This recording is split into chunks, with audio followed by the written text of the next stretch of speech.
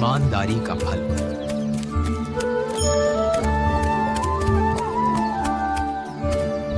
एक गांव में रामू नाम का किसान रहता था। उसका एक छोटा खेत था जिसमें वह मन लगाकर से काम करता था।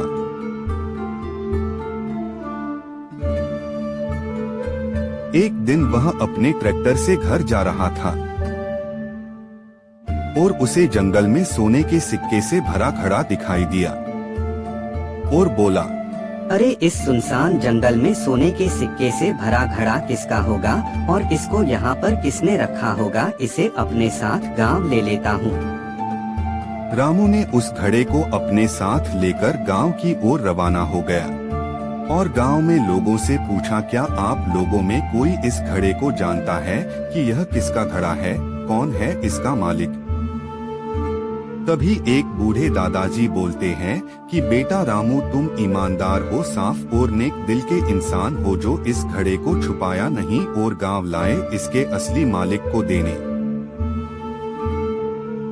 तब एक लड़का बोलता है, ये घड़ा तो मैंने देखा, यह घड़ा तो ध्यानचंद सेठ जी का है जो अपने गांव के अमीर आदमी हैं।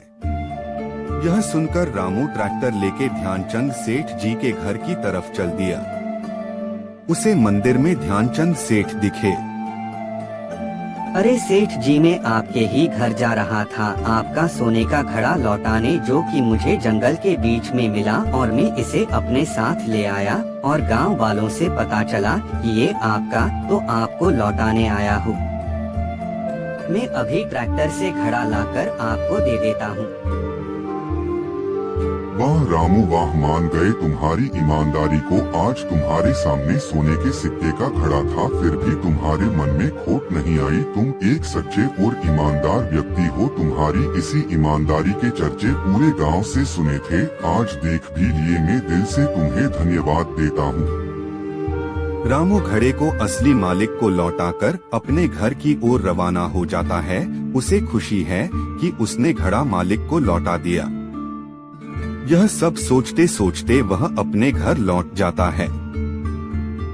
घर आते ही सोचता है कि थोड़ा आराम करूंगा।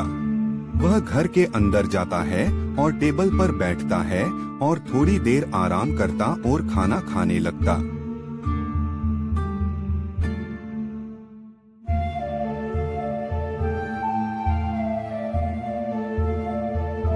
रामू खाना खा रहा, इतने समय में रात भी हो गई थी और आज बहुत ज्यादा थक गया था, इसलिए उसे नींद भी गहरी आ गई थी। वो आराम से सो जाता है।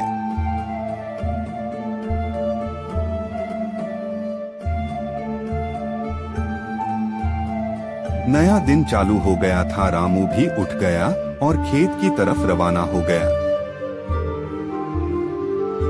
खेत पर जाकर रामू सोचता है, आज मुझे बाजार भी जाना, सामान लेने। घर में राशन खत्म हो गया है और पैसे भी बहुत कम बचे हैं। यह सब सोचकर रामू बाजार की ओर चल पड़ता। वो जल्दी पहुंचने के लिए वो रिक्शा में बैठ जाता है। रामू पैदल पैदल दुकान की ओर जाने लगता और वो दुकान उसके पहचान वाले की थी।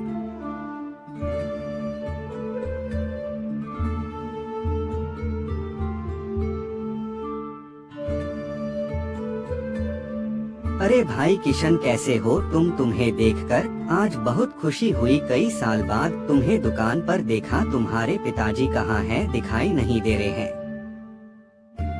अरे रामू काका, आप आज आपका इस ओर कैसे आना हुआ? मैं भी आपसे बहुत दिन बाद मिला हूँ। पिता से आपके बारे में पूछता रहता कि रामू काका के हाल चाल बढ़िया है या नहीं।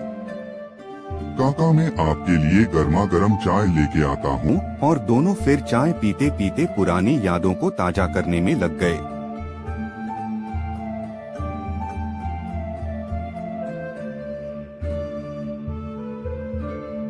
रामू काका किशन को बताते हैं कि कैसे बचपन में उसके पिताजी और मैं साथ में खेलते और साथ में स्कूल जाते थे।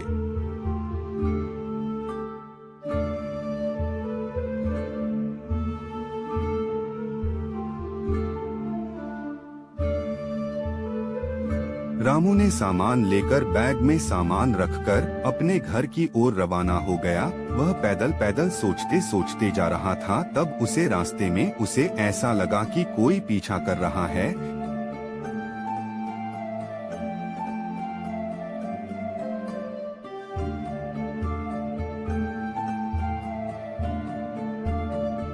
जैसे ही घना जंगल आता है, दो लोग आकर रामू से मारा पीटी करते हैं और रामू को मारते हैं और रामू से बैग छीनने की कोशिश करते हैं और बैग छीन कर ले जाते हैं।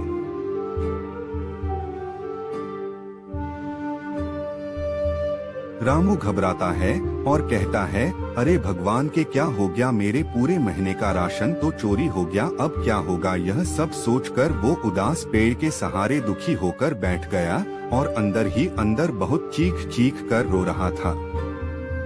रामू सोच रहा था, अभी तो फसल भी नहीं आई है जिसे बेचकर मैं कुछ पैसा कमा सकूं, जिससे कुछ दिन का गुजारा हो जाए।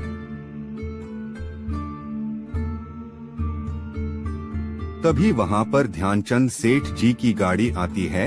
रामू को देखकर रामू से पूछते हैं, अरे रामू, तुम यह इस हाल में क्यों बैठो हो, क्या हुआ, तुम ठीक तो हो ना? मुझे तुम बहुत परेशान लग रहे, बताओ रामू क्या बात है।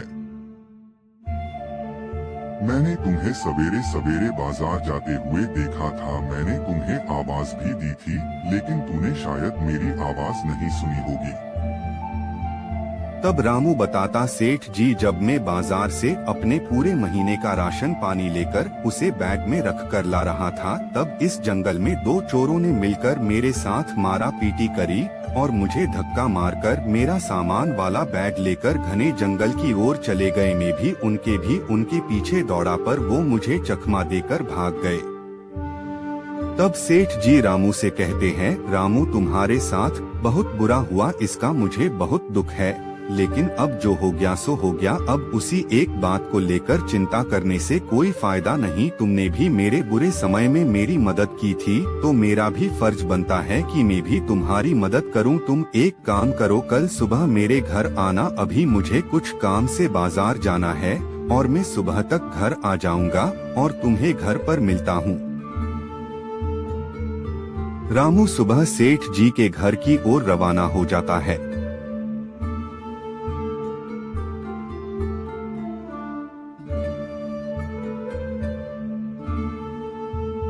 तभी उसे सेठ जी दिखाई देते हैं और कहते, अरे रामू, तुम आ गए, अच्छा किया, आओ घर के अंदर चलते हैं, पहले तुम कुछ खाना पीना खा लो, उसके बाद बात करते हैं।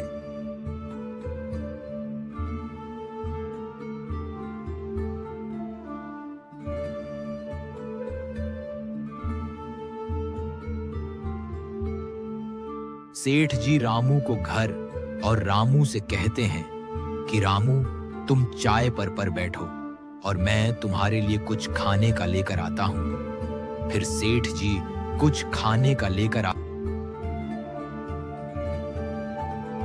आते ही और दोनों साथ में मिलकर खाना खाते हैं। सेठ जी रामू के लिए खाना लेकर आते हैं और दोनों साथ मिलकर चारपाई पर बैठकर खाना खाने हैं।